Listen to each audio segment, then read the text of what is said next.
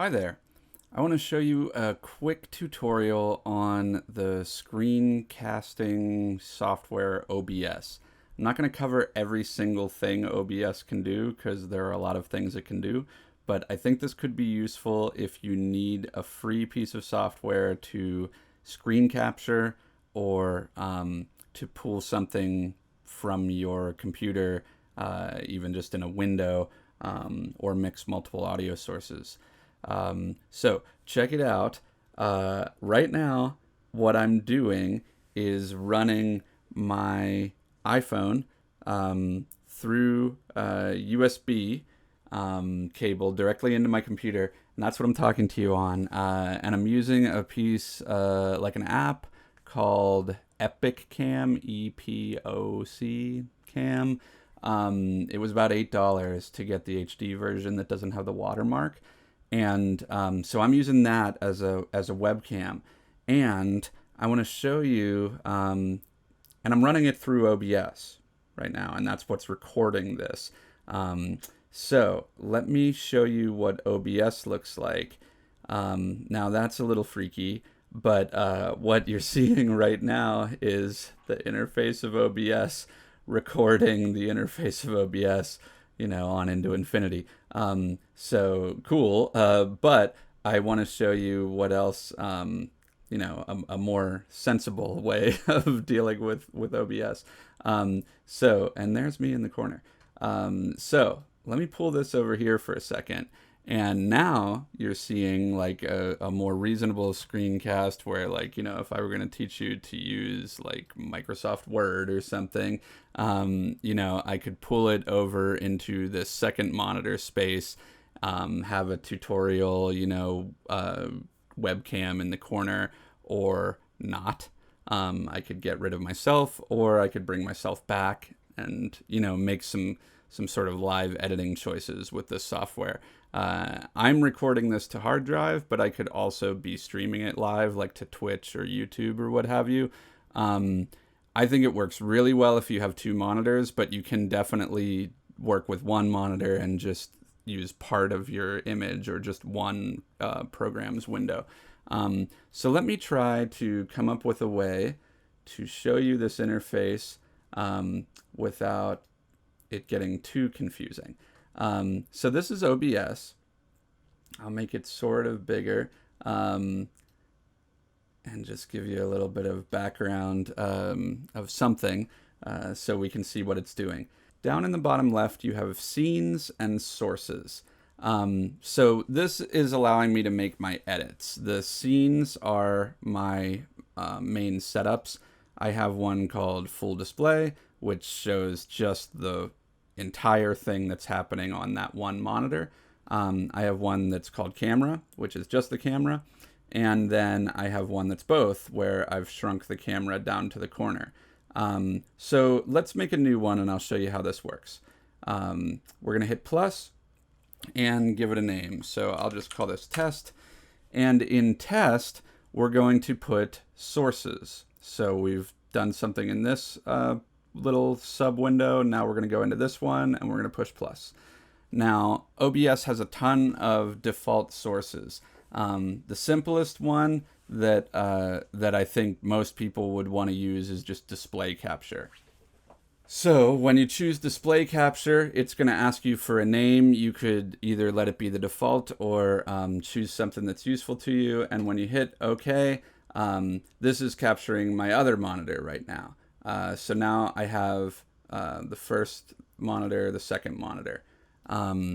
You also get to choose some properties for every source that you put in. The defaults are generally useful, but if you're going to be changing something about the settings, maybe the resolution that something comes in at, you can do so here.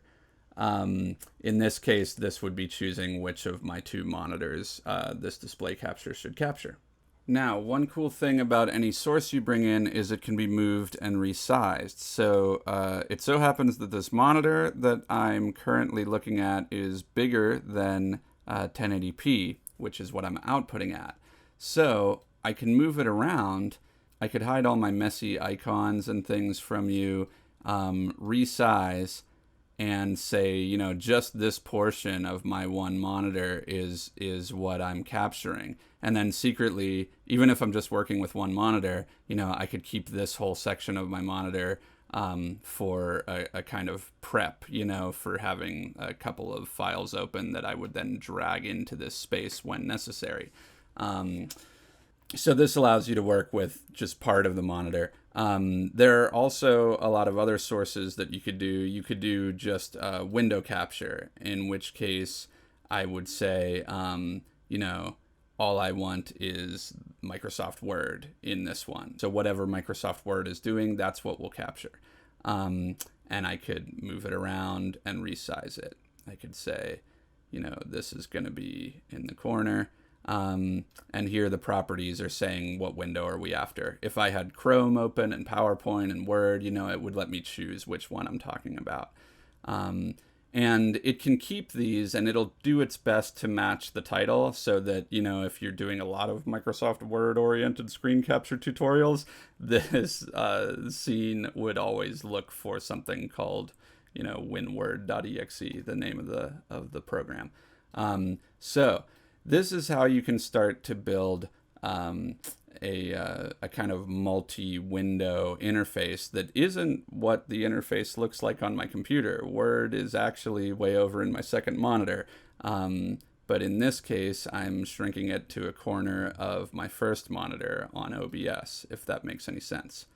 Like, this is where Word actually is, over on monitor number 2, which is, to get really weird, over here, right? So there's monitor number 2, there's monitor number 1, and I'm able to look at either monitor number 2 or monitor number 1 with Word in it. And then, you know, I can continue to add sources to that. I could do a video capture device, which is OBS's name for like a webcam. I could either create a new one and choose the correct, or because I've already been through this with my camera, I can add existing. So this is already a source that I've set up. And I can shrink it down and put it wherever in the interface that I think is appropriate. Now,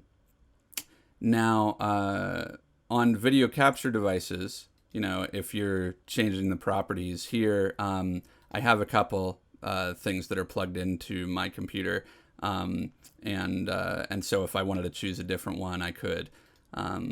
The only thing I've ever seen cause a problem here with OBS is sometimes cameras are very fussy about their resolution and frames per second, and OBS can set that stuff. So some cameras just simply won't output at all if there's a mismatch. So you do have to have a sense of like, what is your webcam outputting? Because if I were to set this incorrectly, it wouldn't be able to change the settings on my iPhone. It would just black everything out. It wouldn't show anything at all. Okay, now, finally, I'll just show you there are any number of other sources that OBS can use, everything from direct play of video from VLC to images. You know, if you've ever seen a YouTuber that just sort of has a like technical difficulties, like splash screen or something for when they don't want to show anything, you can have that. You can do a game capture, which would grab directly from a full screen game, browser, other audio inputs. All of those things are available here. What's cool about them is you can set these up as different scenes and save them, and then, like I said, I can just click on my different scenes to edit live between them, so that we can make decisions about what we're showing our audience on the fly. You can also make those changes in the sources. So, you know, if during your broadcast you want to remove one thing or other, I could bring it down in the list so that it goes beneath something. That's sort of like a layering thing. Or finally, you can do on-the-fly changes to visibility with the eyeball. So, you know, if you just want to have one scene but you want to pop in and out your sources, you can do that. Here is your audio mixer. Right now I have a mic, as you can see, coming by XLR into a audio interface. And so I have that set up as mic auxiliary. I can turn it down and then you'll live hear less of me. I could also click this button and mute it. So that would be potentially useful while you're broadcasting if you want to stop hearing yourself momentarily while you're showing a video or something. This other one is desktop audio.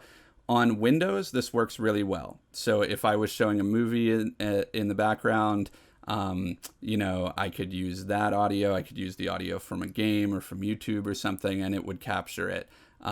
This is really nice because sometimes your mic volume is not as loud as game or music volume, so you can have sort of a preset mix here, which is awesome in OBS. But it's much more complicated to make this happen on a Mac with multiple sources of audio. Apple doesn't make it easy to do audio routing and audio sharing between programs, so you may need a sort of third-party helper program. There's one called iShowU Audio. There's another called, I believe it's Black Hole. And those can be made to work using aggregate devices in your audio MIDI setup. But it's not as easy to get multiple audio sources on Mac. Finally, I just want to show you a couple of the settings in the bottom right here. I'm making my edits so far just by clicking on the different scenes, but there is what they call a studio mode, where sort of live video edit or even DJ style, you can have a preview of the next setup, and that's on the left. And then on the right, you can have what you're showing now. So I could set up the left to be Microsoft Word on my second monitor, and when I want to, I can click transition and it'll make a fade transition between the two. Now what's cool if you're into this kind of thing is there's a few different options here, and you can change the length of the fade and stuff like that. And you can even do, you know, a live video mixer style fade in and fade out. That way you're able to run this a little more like a live TV broadcast. And then finally, out of studio mode into this mode. Finally, I want to show you what's up in settings. So here's settings, and there's a million things you can change in OBS, and this is where I'm going to like skip almost everything. But if you were streaming, you could stream to Twitch or YouTube or Facebook Live or Twitter or blah, blah, blah. And then you can set up a your account information and stuff like that. If you're outputting to, you know, a local hard drive, you can change that stuff in output. So here you're changing the bit rate of your stream if you're streaming. Here we're talking about recording. So you can make adjustments to your recording settings, the path that it's going to go to, that is to say where it's going to be saved, and the quality that you're going to record at, and the file type. So in general, I think you would want to use MP4 and indistinguishable quality, large file size. Under audio, you get to choose what are those inputs that we mentioned earlier, like desktop audio, and then what is mic aux. You know, for me, it's this particular Focusrite USB audio device, but I could choose, you know, I have other audio devices plugged into this computer, and if I wanted a different one, like the one coming from my iPhone or the one coming from my VR headset or something, I could pull that in. You can make changes to hotkeys for push to talk and stuff like that. Under video, you can change what your main resolution is on the canvas of OBS, that is to say this whole window, and then what your output is, what you're scaling it to. So if you have a monitor that's like 4K, but you want to output to 1080p, but you want to grab the whole 4K monitor, you know, your canvas might be 4K, your output might be 1080, something like that. You can also make hotkeys for all of these changes. So you could have a button on your keyboard to change your edits. And finally, under advanced, you can make changes to how OBS is running in terms of priority and recording and your network and all of that stuff. So OBS can get complicated, yes, but if you have need of doing screen capture, maybe with multiple sources, maybe with a camera, it's great because I can make on-the-fly adjustments. I can deal with multiple sources, resize them, make them on, off, layer them, and do all kinds of cool changes, and output all of that to an MP4. So this can be a great way to do live streams. It can be a great way to create pre-recorded video tutorials or lectures. It can also be a good way to get a hold of found footage if you have no other way of recording what's going on your screen. This is a good solution for that too.